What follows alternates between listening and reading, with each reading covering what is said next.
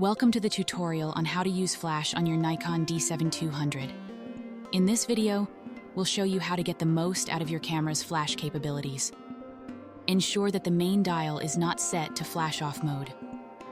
On the top of your camera, locate the flash button. Turn pressed flash button and simultaneously turn the main command dial to select the desired flash mode.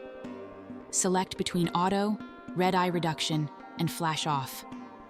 Flash compensation. Set the camera to aperture priority mode on the mode dial.